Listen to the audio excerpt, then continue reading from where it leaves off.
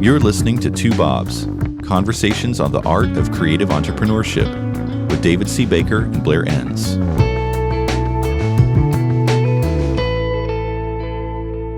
Blair, before we talk about the enemy within, what made me think that getting a new puppy made sense at this era in my life?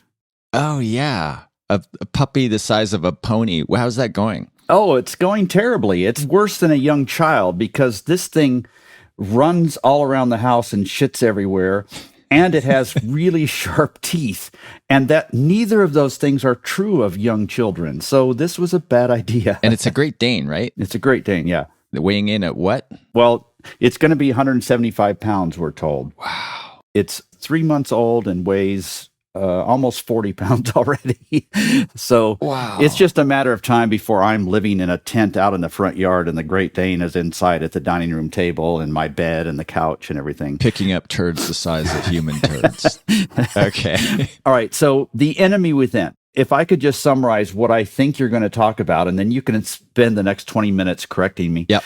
It's this idea that in your training practice, you are trying to help salespeople effectively, honestly earn margin for the firm, and then poof, it can disappear because there's an enemy within. So just explain that a little bit further to start with. Yeah, it occurs to me that agency owners you tend to think of yourself in this margin battle, and the enemy is the client, because we all know that the client if they had visibility into your margins, your profit, they would push you to spend all of that. And they try that through scope creep and just, as contracts renew year over year, they ask for more for the same amount of money. So you see yourself in a battle with your clients to protect whatever margin is built into your pricing. But it's really become clear to me recently that there's an even bigger battle that gets fought, and that is the internal battle for margin, because there are a small number of people in the firm, senior people, finance people, and certainly the business development people on the front lines who are either setting price or delivering or negotiating price, who are charged with increasing margin, making sure that the firm there's enough gap between the costs and the price, and we'll come back and talk about that.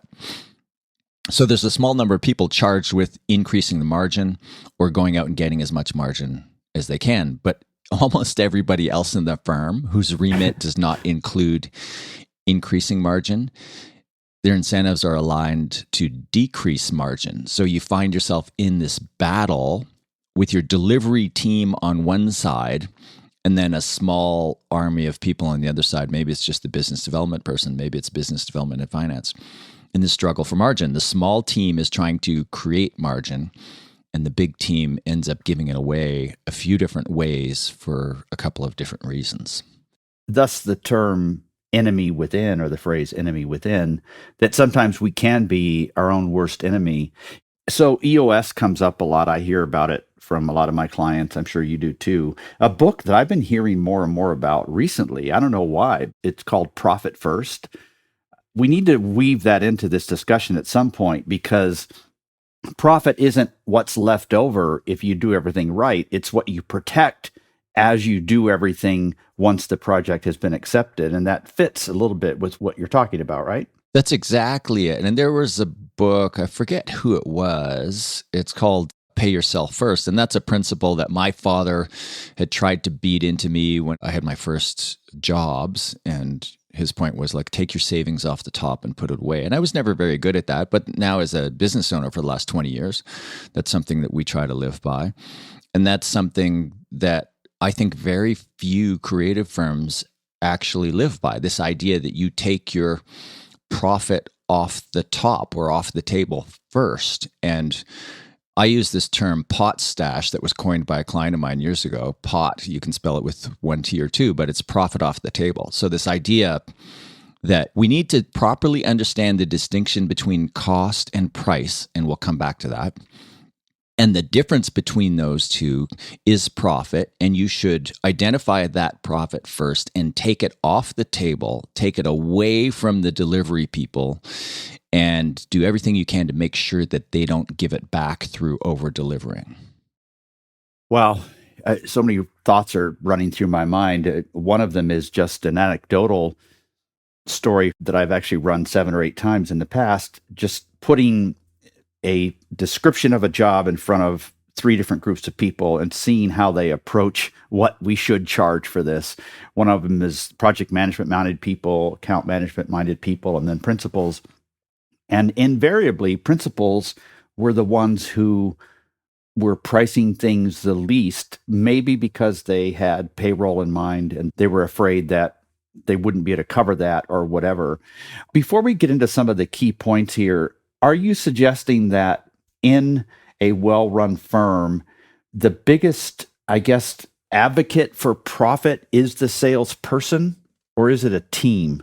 It's not necessarily the salesperson. It really depends on, are they trained to close at a high margin, and are they incentivized to close at a high margin? And that second one is a bit of a touchy topic. So I think we'll come back to that.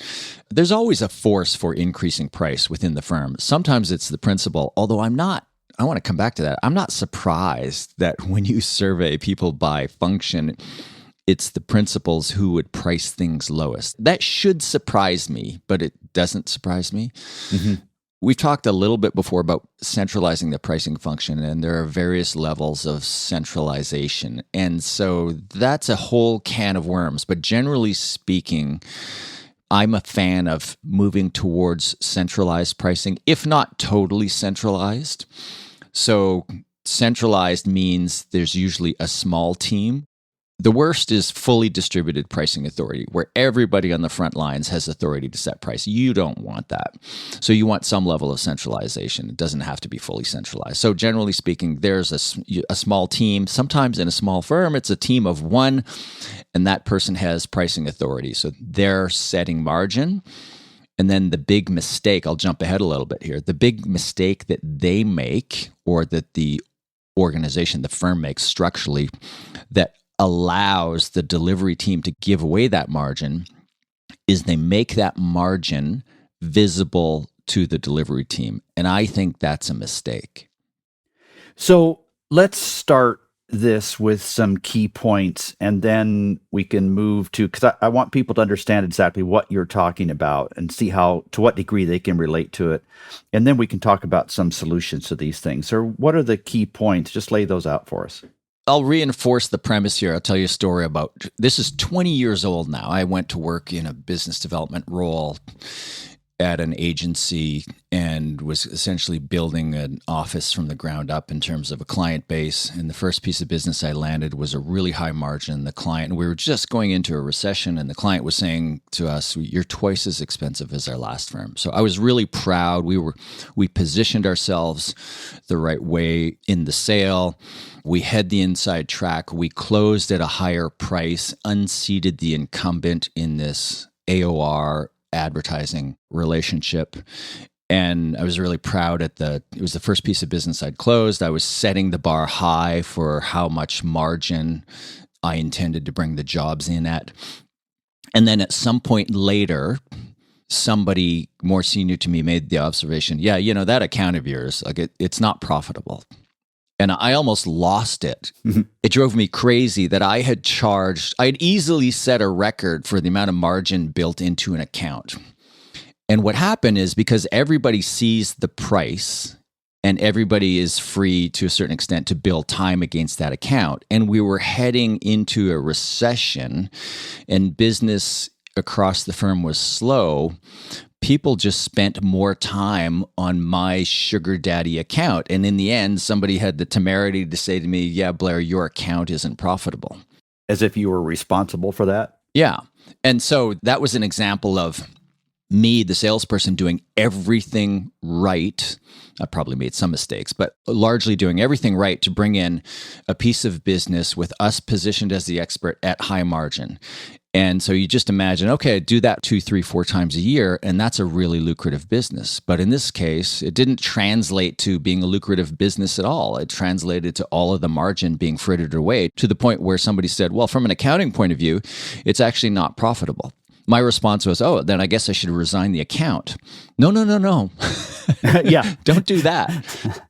Well, and looking back on it, was it not profitable because the individual craftspeople or creatives just felt like the margin wasn't important, or was it how the work was managed? I mean, or maybe that's getting into it too much, but No.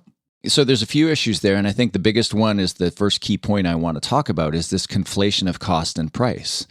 So I close it at a certain price, and I forget how I arrived at the price, but then everybody else in the firm looks at that price, and the people who are in charge of like resource allocation, who's going to work on this, they take the dollar amount and they divide it up into hours, and then they assign certain hours to certain people. So this idea that, let's say it was $1 million in fees. The idea should be, okay, I've sold a piece of business at $1 million in fees. We're going to take 20% off the top. That's our pot stash, profit off the table.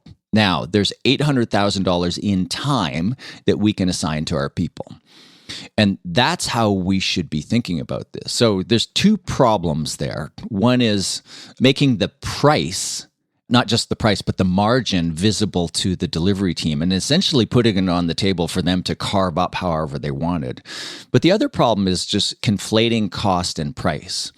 So your delivery team and almost everybody in the agency, maybe even the principal, you see $100,000 as a price that's delivered to a client, and you think, okay, blended hourly rate of $200 an hour, divide that by 50 hours, 500 hours, whatever the math is. We've established I'm horrible at math. And that's how many hours we have to spend. We should not be thinking about this. And we get into this trouble because we use an hourly rate as to delineate both cost and price. That's the mistake. And so I think it's perfectly appropriate to use your hourly rate as cost. And I think it's also appropriate to actually build in some expectation of profit into that hourly rate. So if your firm has a blended hourly rate of $200 an hour, you're thinking of that as, well, that's the rate I have to charge, and our effective hourly rate that we deliver at, as long as it's at that number, we're going to be at a certain level of profitability. And the way I think you should think about it, you could adjust that number down, but I don't think you should. I think you should just simply, in your own minds and in the minds of your people, adjust your thinking of that $200 an hour rate to understand it as cost and not price. So you use that rate to calculate what your cost is, with the understanding that at a certain utilization rate, that cost actually has some profit built in. But you just throw that second part out. You should see your hourly rate as cost. So when you're scoping, if you're scoping it from a cost plus basis, you say, well, it's going to take us X number of hours at Y hourly rate. That comes to, say, $100,000. So $100,000 is the cost. It's not the price. And then you add the margin on top of that. And if you want 20% margin, you would add 20%. And now your price is $120,000.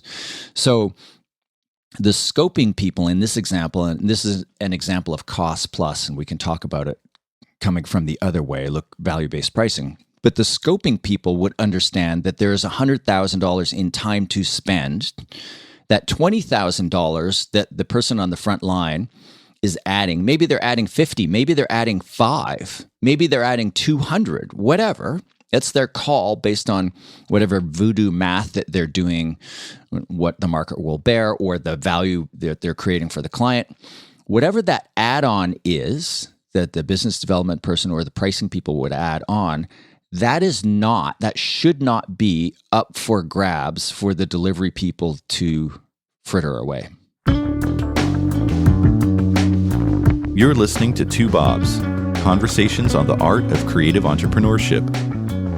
Your hosts are David C. Baker, author, speaker, and advisor to owners of expert firms, and Blair Enns of Win Without Pitching, the sales training and coaching program for creative entrepreneurs. For more information, go to twobobs.com. If you find this podcast helpful, please help us by telling a friend and rating us on iTunes. Thank you. Now back to David and Blair. Well, even if it's not listed, the firm is going to make it clear what their profit expectation is, because they'll report on it and they'll say, hey, we missed our target and so on. So even if they don't see it, they're going to kind of guess what it is.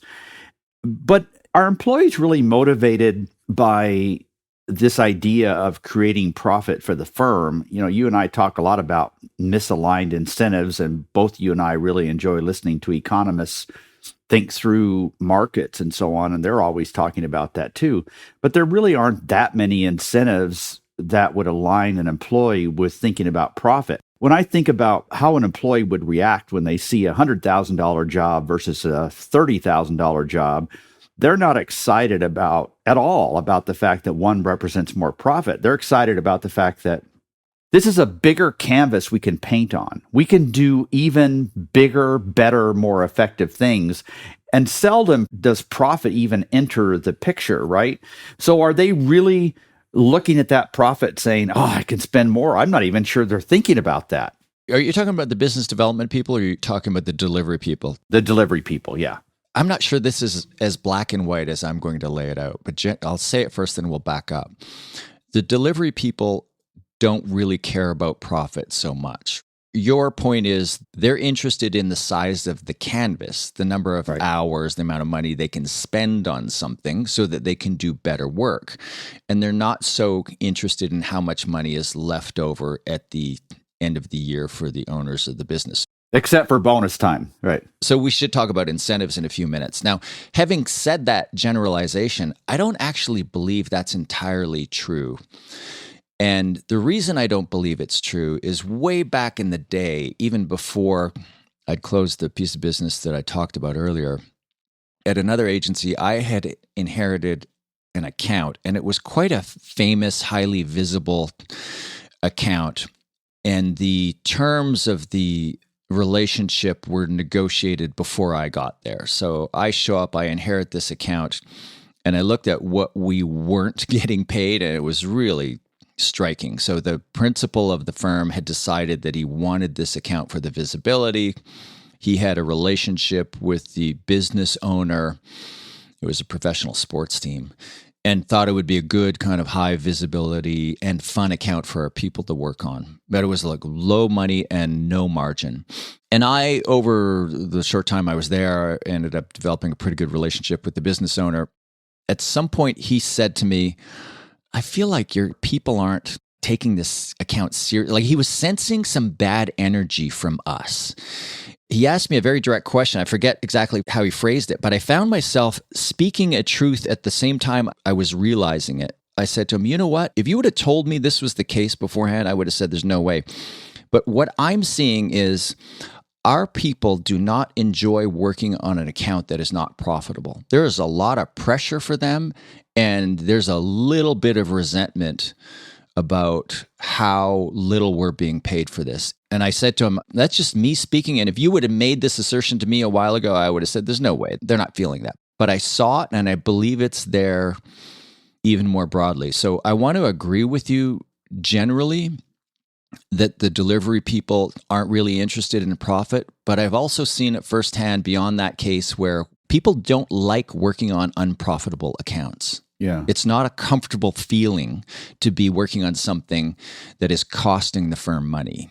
This is an overstatement, but it feels like they're sort of wasting their lives and not having due respect for all the effort and experience and so on. Yeah. In the past, it was actually fairly common to look inside a firm and discover that the only person who saw the pricing was the principal and the project manager. It was just simply obscure to anybody else. In fact, there were firms back in the day where nobody knew what the hourly rate was. Nobody saw the proposals. And what drove that was paranoid principals who said, I don't want them to know how much money I'm making, and or I don't want them to spend more time than I think we have for this. So it was motivated by this really strange set of reasons, right? You got to look a long time to find a firm that's like that nowadays. It's pretty much open book. I mean, like totally open book in many cases. So it's not like we're going to be able to hide this stash. Isn't it more about education and expectations around it? I'm not sure. I actually think we can hide it. And as you're talking about the good old days, I'm getting a little bit nostalgic. I recognize that things have changed. So when I think of these advertising agency of record accounts where there would be this like negotiation every year or so, And then that's it. That's all the financial stuff taken care of for the year. And now there are very few of those relationships. Even if you have a client who's spending millions with you, you're writing all of these different proposals, all of these different statements of work. You're costing the individual jobs and projects a lot more than you used to back in those good old days. And there's typically a number of people involved in that. So there's a lot of visibility into that. Now, I don't think there needs to be visibility into price just because, let's say you, the business development person or the person on the front lines, you've got to price a project and you're going to do it cost plus. You go to your delivery team to get them to scope it. You arrive at a cost, and then you mark that cost up and you make the margin. You make it invisible to the delivery team. I think in some firms, some systems would have to change to support that idea, but I really think that's what needs to happen. I think we need to make this distinction between cost and price and understand that this hourly rate is cost and we add margin on top of it. And the margin is not there to be used by the delivery team. I was in a conversation with a principal the other day where it was like, I made the point, don't let your finance person take that margin and atomize it by saying, well, with this extra, let's say it's 50,000 in margin, what we're doing is we're raising the effective hourly rate charged. You can't do that because as soon as you translate that chunk of profit into any type of unit like hourly rate, it's going to be seen as fair game for people. So don't let margin affect any kind of calculation you have about effective hourly rate. I think it can be kept from the delivery person. And if it can't be kept from the delivery person, that leads us to the subject of incentives that you brought up earlier. Right. If you're going to have incentives for your team, some sort of profit sharing incentives, I think it might be a wise idea to pull all of the incentives out of this pot stash, have the margin that gets added on after scoping, create this idea of this stash, this slush fund, it's called profit, and then have any distribution of profits come out of that stash. Now, in a well-run firm where you're doing what I suggested and treating your hourly rate as cost and not price, and you're hitting a certain utilization rate, there's profit, I don't want to say built in, but you're going to have profit even before the pot stash. This is your domain more than mine, but I think it might make sense to actually view that as different buckets of profit. I just wonder if we want the delivery team obsessing about not wanting a new hire because now we are reducing, in effect, this profit pot because now our costs are greater, or something that you've talked quite a bit about, the idea of innovation being wasteful, and some of that innovation is going to be tied to client work. How do we balance all that stuff out, right? If we align the incentives too closely, then we have the delivery team watching everything like a hawk and not wanting to spend a dime extra. And it feels like we could go in the opposite direction too much as well. Yeah, and I think that comes down to scoping things properly. I'm really getting into your domain here. Am I setting off any alarm bells for you? No, not at all. I've often thought about this in a much more simplistic way. So simplistic, I'm embarrassed to even say it. I haven't read Profit First, but I imagine they talk about this in there. It's this notion that we're going to give somebody a 15% discount. Well, that's 100% of our profit. Then you step back and say, now remind me again why we're doing this job. If we're if all we're doing is keeping people employed. So I know it's a really simplistic way to look at it, but I do think it's really important. And it's not just about incentives to me. It's also about culture. It's understanding that profit is not evil at all. I feel like profit's getting a bad name in some ways, and it shouldn't. It's fine. It's good. It's healthy. If I want to entrust extra money to people, I'd rather entrust it to principals of these firms that generally have really good hearts and do the right things with money, and they invest it in people and in their community. And we're kind of tying people's arms behind their backs by constantly giving it away. I think what you're talking about here is a really important component of our expectation that firms should be making money, and we shouldn't apologize for that at all. I mean, this idea of an internal enemy, it just makes so much sense to me. Maybe this is a little bit of an overstatement, but it feels like running a firm well sometimes is like building a house of cards, and you get one thing wrong and 6 things go wrong because of that. It just takes a real balancing act. And so you build this house of cards and you're kind of proud of it. And you step back and then some fool turns the fan on behind you, right? That's what it feels like, where the salesperson's gone to your training. They've worked on positioning. They poured their hearts out on lead generation. And now they've got it in the bag. And then somebody wants to give away the profit. And it just gets discouraging after a while, right? It does. And the journey that business development person has gone on to go from this place of like viewing profit is not a bad thing. It's not me taking money from the client. We're worth this. I'm going to demand that we get paid this. So they go on this journey of learning to value themselves and the work of the firm, and they achieve this win of getting the client to pay them more than they thought they could have got the client to pay them previously. And that's the journey that my people are taking our clients on. So you have this win that's just one of the best wins in business from my point of view. Right. And then just like I experienced 20 years ago, your win is given back by other people who are trying to overserve, delight the client, invest in the relationship. All of these things that we get beaten into our heads about, these things are more important than running a profitable firm. You should be able to do both. You should be able to charge enough so that you're making really good money and the client feels valued and taken care of. Those two things actually go hand in hand quite easily. The idea that somebody would, here's my real beef, spend all of this money on their win without pitching and pricing creativity training to win the battles on the front line. I'm starting to see now that that's just the first battle. Then there's the internal battle. We have to stop the delivery people from giving this margin away, giving away the hard-fought victory in the name of relationship building. It sounds like you want to take over my business. That's kind of sounds like this is the beginnings of a coup. I'm looking out the door to see who's knocking out here. Well, I have this problem that I don't actually do real math, so I have a bit of a limitation. I am way out at the edge of, beyond the edge of my kind of domain here, and it's clear to me that I'm encroaching into yours. I'm looking for you to beat me back. What I really want, David, is I want you to solve my problem. We'll keep teaching people how to go gain the margin. You go in and teach them how to protect it. We'll just end, I think, maybe on an up note. This is just prompted by something you just said.